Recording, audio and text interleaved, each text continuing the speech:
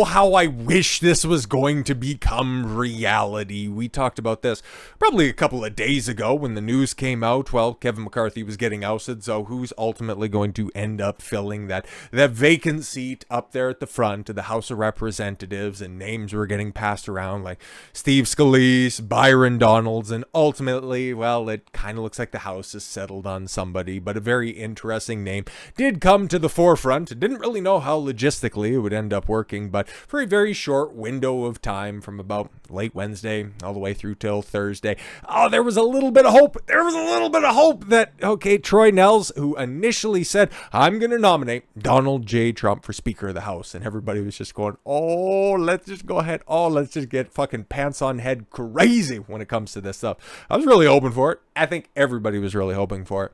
I've been contacted by multiple members of Congress willing to support and offer nomination speeches for Donald J. Trump to be Speaker of the House next week. Is going to be a huge, okay, you misspelled huge, okay, you put an H, you should have had a Y, let's be on brand. But what does he mean by next week? Trump was supposed to be, and I think he's still planning on making a trip down to Washington, D.C. in order to just mediate and mitigate the dissension and have the Republican Party come together in order to figure out who's going to be the next Speaker of the House, what's going to be the platform moving forward, how can we rally around a singular idea going forward into 2024, because leadership is kind of what the Republican Party needs now more than ever, hence why the idea as Trump for Speaker was such an interesting one, because he could have offered a unifying voice within the party. Also, I think we all kind of wanted the spectacle, because there was a couple of things he was offering, which we'll get to very shortly, because we can just go ahead and thought experiment, because not everything is final yet. Okay, there's supposed to be a vote that's happening next week, hence why Trump, and it was kind of news and somewhat lending credence to the idea that, Trump would end up accepting the nomination for Speaker, but Donald Trump may visit the Capitol to address Republicans as they pick a new Speaker, AP sources say, which ended up getting confirmed by a lot of other people. But former President Donald Trump is in talks to visit Capitol Hill next week as Republicans debate who should be the next Speaker of the House following Kevin McCarthy's stunning ouster. It's not really stunning if you know all of this stuff, but I guess if you are from the mass media side, from the outside looking in. According to three people familiar with the discussions, the pending trip would be Trump's first to the Capitol since leaving office and since his supporters attacked the building in a bid to haunt the peaceful transition of power. Did they though? No, Biden's still president, huh? Regrettably so, but that's the case. Oh, they attempted to halt a peaceful transition of power. They attempted to obstruct an official proceeding, kind of like Jamal Bowman, not but a week ago. Fucking hilarious how that got out of the news cycle ever so quickly. You had somebody knowingly commit a felony. Oh, but Kevin McCarthy's out as Speaker. We'll just go ahead and dust that and sweep that under the rug. Like I said at the time, which was kind of prescient, I said, Kevin McCarthy's not going to do fuck all about this situation. What ends up happening? Well, he doesn't have the opportunity to do fuck all about it. So, unfortunately, though, it's going to remain a pipe dream. So here's Troy Nehls once again. I just had a great conversation with President Trump about the Speaker's race. He is endorsing Jim Jordan, who's a fantastic candidate, by the way, okay? And I believe Congress should listen to the leader of our party. I fully support Jim Jordan for Speaker of the House. Exactly, man. And that's going to be highly likely who ends up getting the nod at the end of the day when the conversations start happening. But, it's not fun to opine about what could ultimately happen. Let's just big brain this one for a second. What could ultimately happen? What if there is, and I've seen that Jim Jordan's like, okay, I'm going to go ahead and accept the nomination. I'm throwing my hat into the ring when it comes to being the Speaker. But what if that hat in the middle of the ring ended up being a red one with the Make America Great Again branding on it?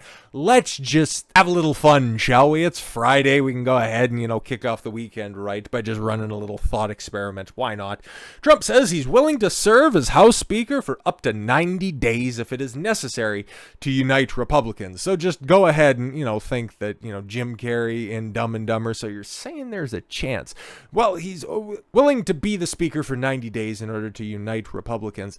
Jim Jordan, well, he's kind of one of the most notable, consistent, and very aggressive Republicans that are in the House. Is it a foregone conclusion that he'll just go ahead and get the entire support of the party? No, I don't think so. I think there's enough rhinos that are in there that they don't want somebody as braggadocious as Jim Jordan is, as bombastic as Jim Jordan is. They'd rather have somebody like Steve Scalise. So it could be one of those things where everybody's just like, fuck it, until we can come to a final solution.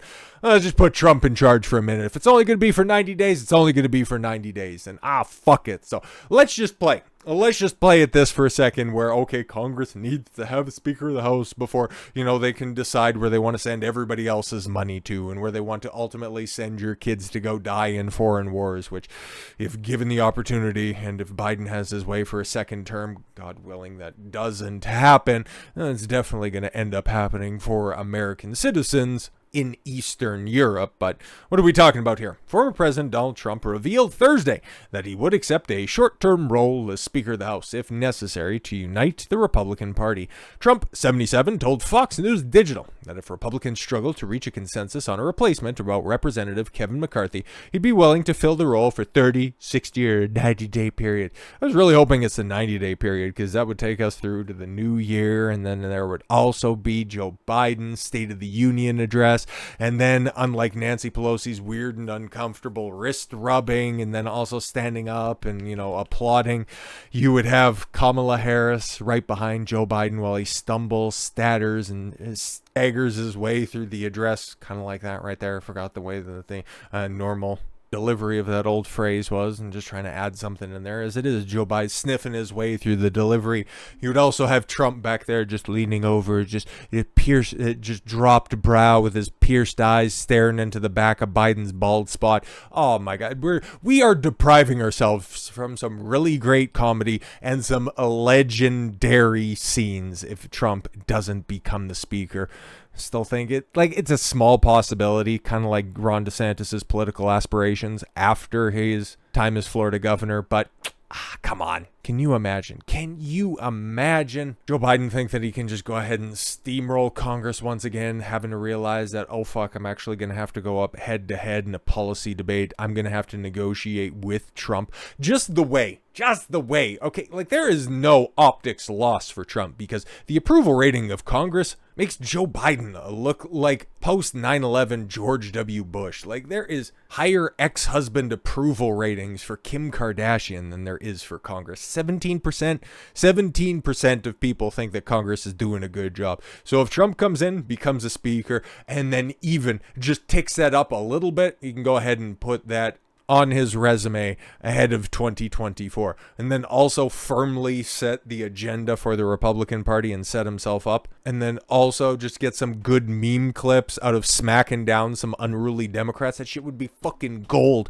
because that right there, the House of Representatives, I think you guys all kind of know, that's basically high school. You got all of those snippy fucks, and just imagine, what we're being deprived of if we don't have a head-to-head battle in Congress between Donald Trump and AOC. We are doing a huge disservice, or even that new fucking lippy bitch, Jasmine Crockett. Oh man, we're missing out on some high fucking comedy. God damn it. I've been asked to speak as a unifier because I have so many friends in Congress. A lot of people tell me that a lot of people like me in Congress. If they don't get the vote, they've asked me if I would consider taking the speakership. Not long term. I've got bigger aspirations, as everybody knows. If they could consider taking the speakership until they get somebody longer term, because I'm running for president. I'm so far ahead of everybody that I could take a little stop by and make sure that we write the Republican message in the House of Representatives. They have asked me if I would take a short period, a very small period, okay, very very small, like little Marco, or like Kevin McCarthy's term as speaker, but not that short, not that short, Kevin. He added, I'm not doing it because I want to. I will do it if it's necessary, should that not be able to make their decision. So yeah, if they can't reach a consensus with Jim Jordan, well, do you think they could reach a consensus with Trump in order to put him in short term? Yeah, I don't really think so, but come on, don't fucking deprive us of this. Come on, we deserve this. Trump told Fox he will be traveling to Washington and meet with Republican lawmakers on Capitol Hill this Tuesday, when GOP conference will hold a candidate forum to discuss potential options for the vacant speakership position. Yeah, And again, this reflects on him exceedingly well. Has anybody else, not to my knowledge and not at the time of recording, none of the other major Republican candidates, not Nikki Haley, not even Vivek Ramaswamy, and I don't know, Ron DeSantis is probably running a fucking straw poll in order to see, oh, maybe should I do that? What do my constituents, what do my poll makers think? No, just shut the fuck up, okay? Trump is down there because guess what? Everybody kind of knows he's the fucking boss. He can walk in and go, guess what, folks? Dad's home. Dad's home. We're going to settle this. Okay, we're going to be real adults about this. We're going to go ahead and we're going to put somebody that puts America first in the speaker's role, okay? A lot of people tell me that that's going to be Jim Jordan. I just want to make sure that he's going to be the best guy for the job. I think that he's a good guy. You know, I've met with him a bunch of times, and a lot of people tell me that he's the one that a lot of people want, so let's make this happen. Full House is expected to begin the election process the following day and continue until a new speaker is chosen. I would only do it for the party, Trump said, and the possibility of becoming speaker, insisting the priority is his presidential campaign. Exactly. Trump is ineligible for the speakership post under the current House GOP rules, which bars individuals with felony indictments from serving in the role. But the rules could be altered to clear the way for him to possess the gavel. Oh, I'd want that. I would want that so much because you got fucking stupid ass Mitch McConnell. I don't know if you guys seen this news story or not, but he wants to get rid of the motion that ended up ousting Kevin McCarthy. The motion to vacate, I think that's what it was. Oh, we need to get rid of that. It's so amazing that he managed to deliver that speech without stroking out. I guess they must have got him on the right fucking medication now. Trump is facing a total of 91 charges across four criminal cases. Well, when did that happen? Didn't hear anything about that.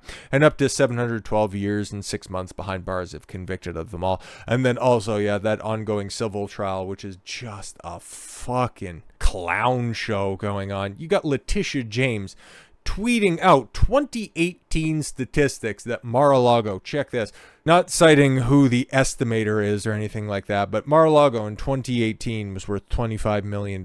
You're out of your fucking gourd if you think that you can go ahead and gaslight everybody into thinking that a 17-acre, 40 or 50,000 square foot mansion with 90 plus bedrooms, 4 championship tier tennis courts going from ocean to ocean in West Palm Beach is worth $25 million, even if you go ahead and adjust for inflation. If you think by running those fake fucking statistics out, go ahead and bolsters your claims, not only is that unethical, might even be illegal, but that's fine. That's a Democrat. And that's why we need somebody with a backbone in the third chair to the power of the presidency. And that person's probably ultimately going to be Jim Jordan, which is a good pick.